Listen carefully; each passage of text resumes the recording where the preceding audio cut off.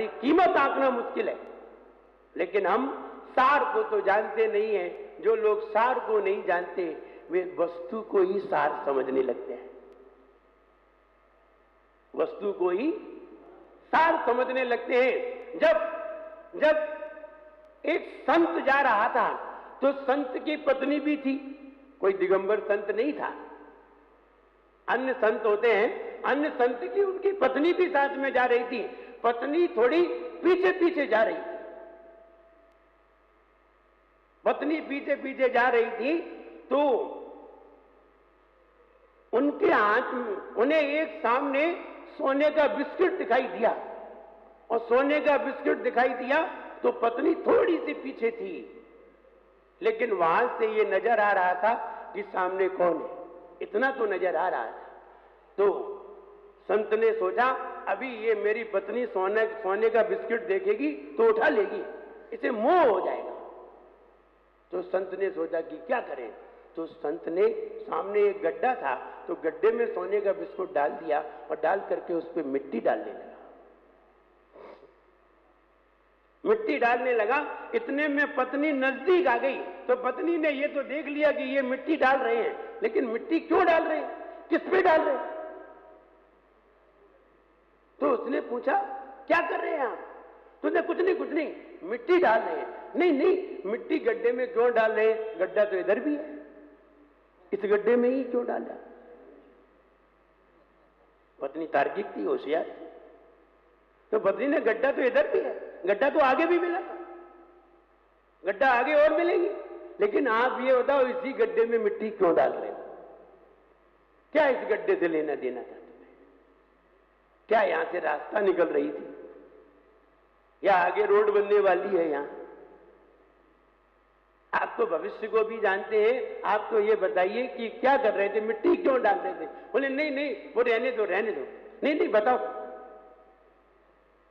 तो जब वो जिद कर गई तो उसने बताया कि हमें यहां एक सोने का बिस्किट पड़ा था तो हमने सोचा कहीं तुम्हें देख करके उससे लगाव ना हो जाए, इसलिए हमने उसे गड्ढे में डाल दिया और उसके ऊपर मिट्टी डाल रही थी। बोले क्या मिट्टी के ऊपर मिट्टी डालना था? आप मिट्टी के ऊपर मिट्टी डाल रहे थे, पीली मिट्टी के ऊपर पीली मिट्टी डाल रहे थे। वो जरा शाइनिंग वाली मिट्टी थी, ये शाइनिंग लेस वाली मिट्टी थी, तो आप मिट्टी के ऊपर मिट्टी क्यों डाल रहे थे? ये तो हम जानते हैं, वो भी मिट्टी है ये भी मिट्टी है। उसने पत्नी के पांव छू लिए, धन्नो, हम समझते थे हम ही संत हैं, तुम हमसे भी ज्यादा हो। बोले पत्नी ने एक और जवाब दिया जो सुन करके वो धक सा रह गया। उसने कहा तुम्हें अभी भी सोना सोना दिखाई दे रहा है? आप तो संत पुरुष हैं, आपको सोना सोना दिखाई दे रहा है, तो फिर ये बताइए सोना मिट्टी कब दिखाई देगा? सोना और मिट्टी में संत के लिए क्या फर्क पड़ता है, चाहे सोना हो चाहे मिट्टी हो। सुन करके वो संत अंदर से धक रह गया। उसने कहा, उसने अंदर सोचा कि काश जानता तो मैं भी हूं ये सोना है ये मिट्टी है, लेकिन मेरी नजर में अभी भी सोना सोना है। बस यही एक कमी है, हम सार नहीं देख पाते तो सोना सोना दिखाई देता है, हमें मकान मकान दिखाई देता है, नोट नोट दिखाई देता है, लेकिन जब हमें सार दिखाई दे जाता है तो सोना ही मिट्टी दिखाई देती है। बस देखने वाली नजर ही तो चाहिए, और क्या चाहिए? देखने वाली नजर की जरूरत है, और नजर है तो ध्यान रहे तुम्हारा नजरिया अच्छा है, और नजर खराब है कहते हैं ना बुरा होगा ना बढ़िया होगा, ना बुरा होगा ना बढ़िया होगा, होगा तो वही जैसा तेरा नजरिया होगा। ना बुरा होगा ना बढ़िया होगा, होगा तो वही जैसा तेरा नजरिया होगा। हम सोने को मिट्टी भी देख सकते हैं और मिट्टी को भी सोना देख सकते हैं, क्योंकि सोना भी मिट्टी से निकल के आता है। सोना मिट्टी की ही पर्याय है, पृथ्वी का एक है सोना, पृथ्वी काय है, कायिक नहीं है। सोना पृथ्वी का है, डेड बॉडी है, लेकिन है मिट्टी से ही निकली है। जो व्यक्ति सार देखना जानते हैं उनका संसार खत्म हो जाता है, और जो सार नहीं देख पाते उनके लिए संसार है।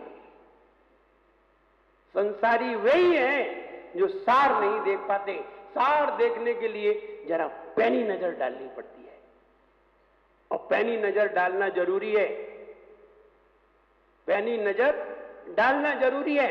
आप जब संतरे खरीदने जाते हैं, आप मौसम्बी खरीदने जाते हैं, तो मौसम्बी को हाथ में लेकर के जान जाते हैं जो समझदार होते हैं कि किसमें जूस ज्यादा है और किसमें जूस कम है। जो समझदार होते हैं, जो ना समझ होते हैं फुसफुसी मौसम्बी ले आते हैं, फिर पता चलता है जूस निकला ही नहीं, मोटे बक्कल वाली,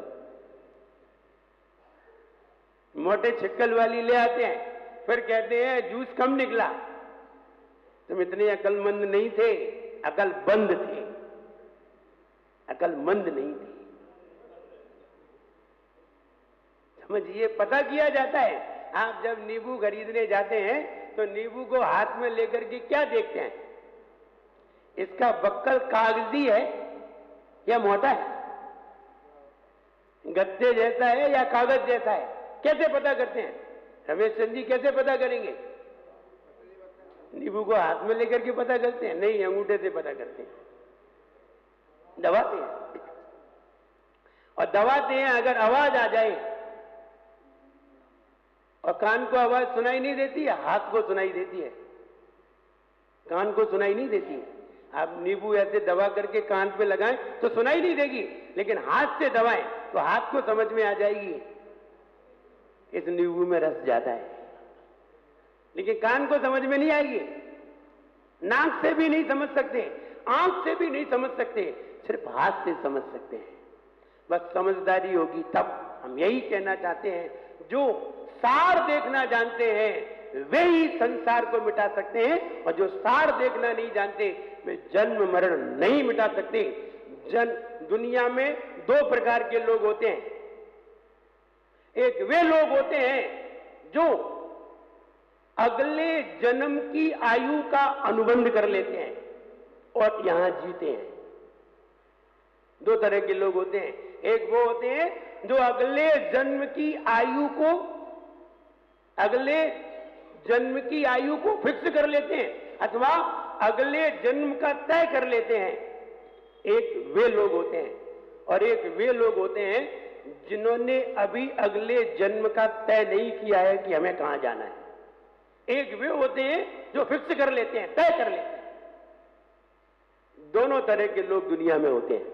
बस दोनों की विशेषता यह है, जो अगले जन्म का तय कर लेते हैं ये बीच में कभी अकाल से नहीं मरते। ये बीच में कभी अकाल से नहीं मरते। इनके ऊपर से ट्रेन निकल जाएगी, इनके ऊपर से प्लेन निकल जाएगा, लेकिन ये मरेंगे नहीं। प्लेन तो अपने ही ऊपर से निकल जाता है, लेकिन ट्रेन नहीं निकलती। इनके ऊपर से ट्रेन निकल जाएगी, ये प्लेन से नीचे गिर जाए तो भी नहीं मरेंगे, क्योंकि इन्होंने अगली आयु का बंध कर लिया। जो अगली आयु का बंध कर लेते हैं उनकी अकाल मृत्यु नहीं होती। नियम बना दिया हमने, आचार्यों ने नियम बना दिया है। ये धवला जी पुस्तक नंबर 10 का कथन है कि अगली जन्म का जो आयु बंद कर लेता है। अब आपने अगली आयु का बंद किया है या नहीं, आप कैसे पता करेंगे विनोद भैया? कैसे पता करें? अब पता तो तभी चल सकता है जब यहां केवल ज्ञानी मुनि महाराज हो। केवल ज्ञानी बता सकते हैं कि तुम्हें अगली आयु का बंद हो गया है या नहीं हुआ है, वो बता सकते हैं। हम तो बताने में सक्षम नहीं है, कोई भी बताने में सक्षम नहीं है। ना हम बताने में सक्षम है, ना और कोई बताने में, ना कोई ज्योतिषी बताने में सक्षम है। ये तो अनंत भगवान, केवली भगवान बता सकते हैं। फिर आप कह रहे हैं कि जब अगली आयु का अनुबंध हो गया है, उस व्यक्ति की अकाल मृत्यु नहीं होगी, वो किसी भी स्थिति में आ जाए, कोमा में चला जाए, मरेगा नहीं। जिंदा बना रहेगा। कोमा में चला जाए, ट्रेन ऊपर से निकल जाए, बस उसके ऊपर चढ़ जाए, मरेगा नहीं। कुछ भी हो जाए, जहर खा ले नहीं मरेगा। तो जहर खा के भी नहीं मरेगा? हाँ, नहीं मरेगा। तेजाब पी ले तो भी नहीं मरेगा, क्योंकि उसे अगली आयु का बंध हो चुका है। अगर आप अगली आयु के बंधक हैं, आप कैसे पता कर सकते हैं? बहुत सरल तरीका है। बताइए, आप जानना चाहते हैं? कितने लोग जानना चाहते हैं? कुछ नहीं। आप ट्रेन के सामने खड़े हो, आप ट्रेन के सामने खड़े हो और ट्रेन आपके ऊपर से निकल जाए और आप अगर मरे नहीं तो समझना चाहिए कि हाँ। और क्या तरीका बताया जा सकता है? वो आदमी गोली खा के भी जिंदा रहेगा, जहर की गोली खा ले तो भी जिंदा रहेगा, और रिवॉल्वर की गोली भी अगर उसे लग जाए तो वो मरेगा नहीं। विग्रहण है। अब हम पता कैसे करें? अगर ट्रेन निकल जाए और आप वैसे के वैसे ही रहे तो समझना चाहिए आपको अगली आयु का बंध हो गए। प्लेन से कूद पड़ो बिना छतरी के तो पता चल जाए। अरे देख, तुम बचो या ना बचो, लेकिन लोगों को तो पता चल जाएगा कि तुम्हें आयु का बंध हुआ है या नहीं, और लोगों को पता चल जाएगा, और तुम्हें तो बाद में पता चल ही जाना है। इसलिए अगर अगली आयु का बंध हो गया है, जैसे कि हमें देवगति का बंध हो गया है, हमने देव आयु का बंध कर लिया है और हम यहां अभी जी रहे हैं, तो ध्यान रहे किसी में भी ताकत नहीं है कि मुझे मार सके। ना जहर में ताकत है, किसी में भी ताकत नहीं है। भूकंप आ जाए, ऊपर से स्लैब गिर पड़े मेरे ऊपर, लेकिन हम मरेंगे। कारण, इसके दो ही कारण पड़ते हैं। एक तो पुण्य का उदय पड़ता है और एक आयु का बंध पड़ता है। अगर आप छोटी हैं, आपकी छोटी उम्र है और आपकी छोटी उम्र में कहीं ऐसी घटना घट जाए तो समझना चाहिए मेरा पुण्य है, और अगर बड़ी उम्र में कहीं घटित हो जाए तो समझना चाहिए हमें आयु का बंध हो गया है। लेकिन आयु के बंध की बड़ी विचित्र पहचान है, उसके भविष्य का पता चल सकता है, उसको बताया जा सकता है कि इसका आयु का बंध हुआ है कि नहीं। खैर, हम बहुत सारे कारण बताएंगे आपको। इन कारणों से आप पता कर लीजिए कि किसको कौन सी आयु का बंध हुआ है और किसको आयु का बंध नहीं हुआ है। ये भी प्रकरण सामने आ जाए। थोड़े कठिन जरूर पड़ेंगे, लेकिन आप नोट करेंगे तो निश्चित है कोई भी कठिन चीज नहीं है। आपको ये पता चल सकता है, व्यक्ति मरते समय आप बता सकते हैं कि ये व्यक्ति कौन सी गति में जाने वाला जीव है, बता सकते हैं। कहो ये बात जानना सरल है कि कठिन है तो कठिन, लेकिन अगर बताने वाला है कोई तो फिर ये बात सरल है, सिंपल है। अभी आगे रविवार कौन सी तारीख को आ रहा है? 20। रविवार कौन सी तारीख को है? 20, 19, सोमवार। आज कितनी तारीख है? 17 तारीख है। आप 19 तारीख का इंतजार करिए। 19 तारीख का जो प्रवचन है उसका पॉइंट है at condition of existence so mind. जैसी गति वैसी मति। 20 को है तो 20 को हो जाए। जैसी गति वैसी मति, और फिर इसका उल्टा कर दीजिए, जैसी मति वैसी गति। As mind so condition of existence. जैसी मति वैसी गति। और उसके बाद 21 तारीख का प्रवचन है आपका डिसीजन।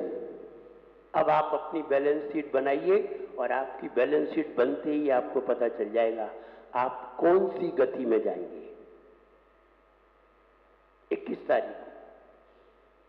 तारीख को आप कौन सी गति में जाएंगे आप अपना निकाल सकते हैं। हम केवल तुम्हें सूत्र बताएंगे, केवल तरीके बताएंगे, और तरीके ही जाने जाते हैं, और जो तरीके जानते हैं वे ही व्यक्ति ऊंचाइयों को प्राप्त करते हैं। सफलता मेहनत से नहीं मिलती, मेहनत तो वे लोग भी किया करते हैं जो मजदूर हुआ करते हैं। सफलता मेहनत से नहीं मिलती, सफलता तरीके से मेहनत की जाए तो मिलती है। मेहनत भी हो और तरीका भी होना चाहिए, और अगर तरीका नहीं है और मेहनत की तो मेहनत तो हो जाएगी लेकिन सफलता नहीं मिलेगी। ध्यान रहे, वे लोग भी पास हुआ करते हैं जो मेरिट में आया करते हैं, जो प्रथम रैंक पे आते हैं वे लोग भी पास होते हैं, और वे लोग भी पास होते हैं जो डिवीजन में आते हैं, और वे लोग भी पास होते हैं जो सांत्वना में पहुंच जाते हैं, और वे लोग भी पास होते हैं जिन्हें ग्रेस मिलता है। पास तो वे भी होते हैं, सभी ने एक ही तरह की पुस्तक को पढ़ा है, किसी ने कोई दूसरा कोर्स नहीं पढ़ा है, कोर्स सभी ने वही पढ़ा है, लेकिन सिर्फ तरीके में अंतर है। एक का तरीका पढ़ने का अलग था, एक का तरीका पढ़ने का अलग था। जिसका सबसे फास्ट और बेस्ट तरीका था वो आगे निकल जाता है, और जिसका तरीका लूज था वो आगे नहीं निकल पाता। इसलिए हम सार पाने का प्रयास करें। ये जीवन मिला है, हम सार पा सकते हैं, और सार पाना बड़ी बात नहीं है, सार को ढूंढना बड़ी बात है, खोजना बड़ी बात है। जैसे कि बताइए, आपको हाथ मिले हैं दोनों हाथ सबके पास हैं। बताइए, अगर आपको हाथ मिले हैं, हाथ से सबसे ऊंचा कार्य करना क्या है? इन हाथों से हाईएस्ट कार्य क्या कार्य है? सबसे ऊंचा कार्य बताइए। व्यापार, दुकानदारी, पढ़ाई, खाना बनाना, मकान बनाना, इतने सारे कार्य करना। कौन सा कार्य सर्वोत्कृष्ट है? इन हाथों से आहार देना। इससे भी ऊंचा कौन सा है? हिमालय फेरना। कौन सा कार्य है इससे भी ऊंचा?